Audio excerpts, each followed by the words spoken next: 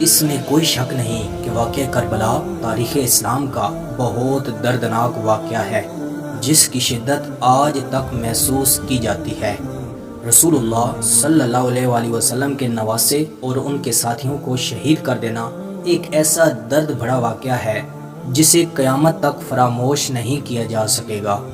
کبھی کبھار انسان سوچتا ہے کہ وہ کیسے لوگ ہوں گے جنہوں نے نبی صلی اللہ علیہ وآلہ وسلم کے نواسے کو بھی نہیں بخشا، اور وہ بھی صرف سیاست اور اقتدار کے لیے۔ یہ لوگ قیامت کے دن حضور کے سامنے کیسے پیش ہوں گے؟ اگر امام حسین علیہ السلام کی شہادت غیر مسلموں نے کی ہوتی تو شاید اتنا دکھ محسوس نہیں کیا جاتا، مگر افسوس کی بات یہ ہے کہ جن لوگوں نے حضرت امام حسین کو شہید کیا وہ ان کے نانا کا کلمہ پڑھتے تھے۔ ظلم کا بدلہ ظلم ہی ہوتا ہے۔ حضرت امام حسین اور ان کے کنبے کو کربلا کی سرزمین میں شہید کرنے والوں کا انجام بھی دنیا نے دیکھا، جنہوں نے اقتدار کی خاطر ظلم کا بازار گرم کیا تھا۔ چند سالوں بعد وہ اپنے انجام کو پہنچ گئے۔ سانحہ کربلا کے بعد مختار سقفی نے قاتلین امام حسین رضی اللہ تعالی عنہ کو چن چن کر بڑی بے دردی سے قتل کیا۔ مختار سقفی سن 1 ہجری میں طائف میں پیدا ہوا۔ اس کی کنیت ابو اسحاق تھی۔ حضرت علی رضی اللہ تعالیٰ عنہ کے دور میں کوفہ چلا گیا، اور شہادت جناب علی المرتضیٰ رضی اللہ تعالیٰ عنہ کے بعد اس نے بصرہ میں سکونت اختیار کر لی۔ جس وقت حضرت امام حسین کوفہ پہنچے تو اس وقت مختار سقفی عبید اللہ ابن زیاد کی قید میں تھا۔ شہادت حضرت امام حسین کے بعد اسے آزاد کر دیا گیا۔ اہل بیت سے اسے خاص محبت تھی۔ جب حضرت امام حسین اور ان کے کنبے کی شہادت کی خبر مختار سقفی کو ہوئی تو اس نے اپنی زندگی کا مشن ہی بنا لیا کہ قاتلین حسین سے وہ ضرور انتقام لے گا۔ اس نے تقریباً تمام قاتلین حسین کو قتل کروایا اور انہیں عبرت کا نشان بنایا۔ مختار سقفی اور اس کے ساتھیوں نے جن قاتلین حسین کو نشان عبرت بنایا ان کا ذکر کرتے ہیں۔ شمر بن ذیلجوشن۔ شمر بن ذیلجوشن نے میدان کربلا میں 12 ضربوں سے حضرت امام حسین ابن علی کو نہایت بے دردی سے شہید کیا تھا۔ اور اگر واقعہ کربلا کو دیکھیں تو حضرت امام حسین نے عمر ابن سعد کے سامنے 3 شرائط بھی رکھی تھی۔ یہ شرائط سننے کے بعد عمر ابن سعد نے عبید اللہ ابن زیاد کو خط لکھا جس میں اس نے ساری باتوں سے آغاز کیا۔ یہ شرائط ابن زیاد نے قبول کی، لیکن شمر نے اس کی مخالفت کی۔ جب مسلمانوں کے 2 گروہوں کے درمیان صلح ہونے والی تھی، اس نے ابن زیاد کو کہا کہ کیا آپ حسین ابن علی کو مہلت دینا چاہتے ہیں؟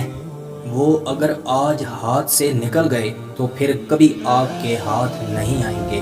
مجھے اس خط میں عمر ابن سعد کی اپنی کوئی سازش معلوم ہوتی ہے۔ ابن زیاد شمر کی باتوں میں آ گیا۔ ان باتوں سے معلوم ہوتا ہے کہ شمر کا سانحہ کربلا میں نہایت اہم کردار تھا۔ جب مختار سقفی چن چن کر قاتلین حسین کو نشانہ بنا رہا تھا تو شمر کوفہ سے فرار ہوا۔ اس کو عبداللہ کامل نے پکڑا اور مختار سقفی کے سامنے پیش کیا۔ مختار نے اسے قتل کا حکم دیا تو عبداللہ نے التماس کی کہ شمر کو اس کے حوالے کر دیا جائے۔ عبداللہ نے زیتون کے تیل سے بھری ہوئی ایک بڑی دیگ آگ پر رکھوائی۔ جب تیل کھولنے لگا تو اس میں شمر کو ڈال دیا۔ جب وہ نیم مردہ ہو گیا تو اسے نکال کر اس کے ناخن اکھاڑے گئے، پھر اس کی کھال کھینچ لی اور اس کا سر کاٹ کر جامع مسجد کے سامنے لٹکا دیا۔ اور یہ بھی کہا جاتا ہے کہ اس کے جسم کو جلا دیا گیا تھا۔ سنان بن انس۔ سنان بن انس نے حضرت امام حسین کو نیزہ مارا تھا، اور ایک قول کے مطابق اسی نے حضرت امام حسین کا سر تن سے جدا کیا تھا۔ مختار سقفی کے خوف سے یہ بھی بھاگ گیا تھا۔ بصرہ سے واپسی پر قادسیہ کے مقام پر اسے مختار سقفی کی فوج نے گرفتار کر لیا اور اس کو مختار سقفی کے حوالے کر دیا، اور اس کو بھی نہایت بے دردی کے ساتھ قتل کر دیا گیا۔ عبید اللہ ابن زیاد۔ عبید اللہ ابن زیاد کوفہ کا گورنر تھا۔ اسی کے حکم سے پہلے مسلم بن عقیل اور پھر سیدنا امام حسین کو شہید کیا گیا۔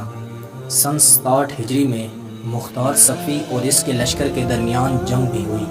جس میں اسے شکست ہوئی اور ابراہیم بن اشتر نے اسے قتل کر دیا۔ کہا جاتا ہے کہ جس روز ابن زیاد کا قتل ہوا وہ بھی 10 محرم الحرام کا دن تھا۔ اس کے جسم کو پہلے سولی پر الٹا لٹکوایا، بعد میں اسے نظر آتش کر دیا۔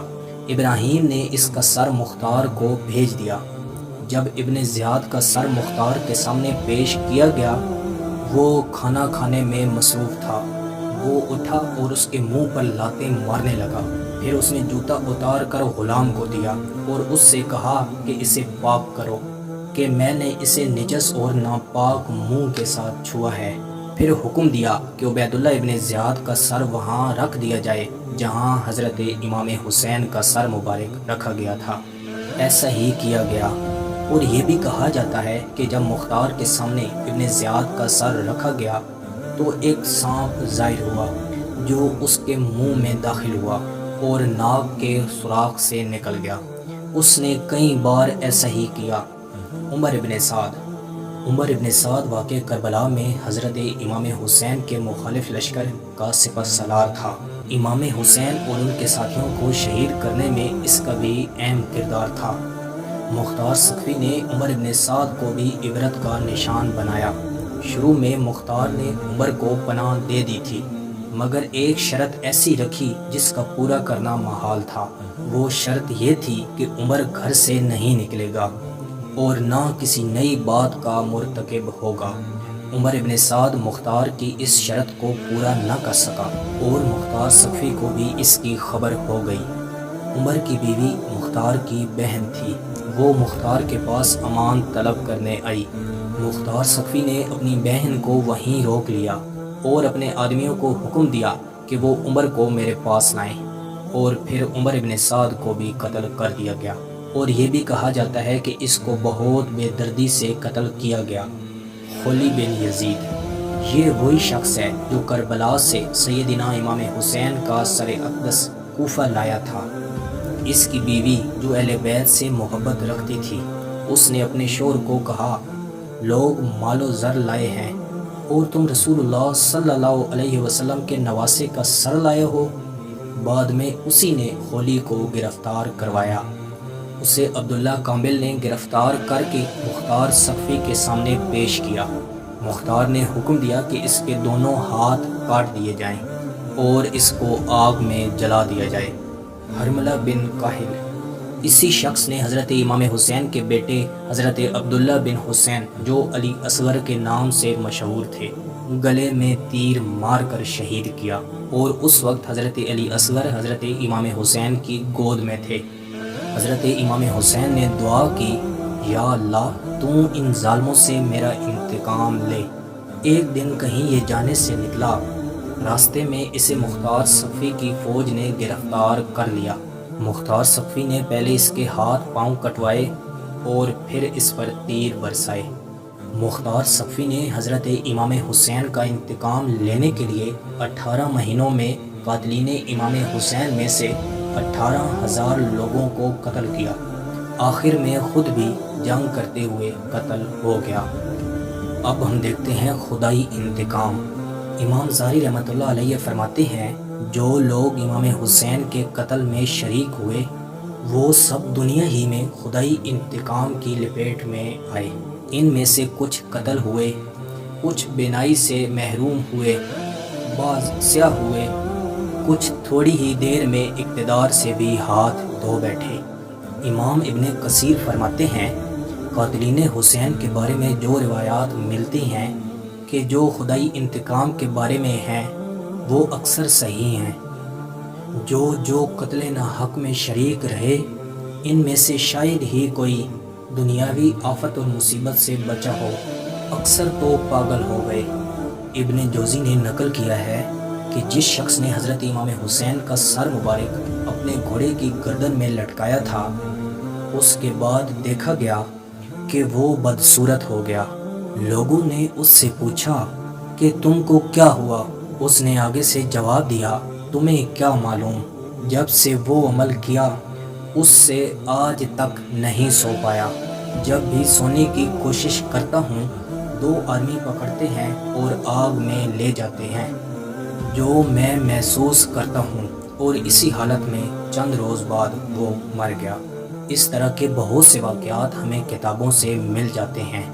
اس ویڈیو کی تیاری میں درجہ ذیل کتابوں سے استفادہ کیا گیا ہے: انتقام مختار، علامہ صادق حسین، اسی طرح امیر مختار، سید بشارت حسین کامل مزار پوری، شہدائے کربلا، مفتی محمد شفیع، امام حسین اور کربلا، حافظ ظفر اللہ شفیق۔ میں امید کرتا ہوں کہ آپ کو یہ ویڈیو پسند آئی ہوگی۔ مزید ایسی ویڈیو دیکھنے کے لیے ہمارے چینل کا وزٹ کریں، دوستوں کے ساتھ شیئر کریں، کومنٹس میں اپنی رائے کا اظہار ضرور دیں۔ ملتے ہیں انشاءاللہ نیکسٹ ویڈیو میں۔ اللہ حافظ۔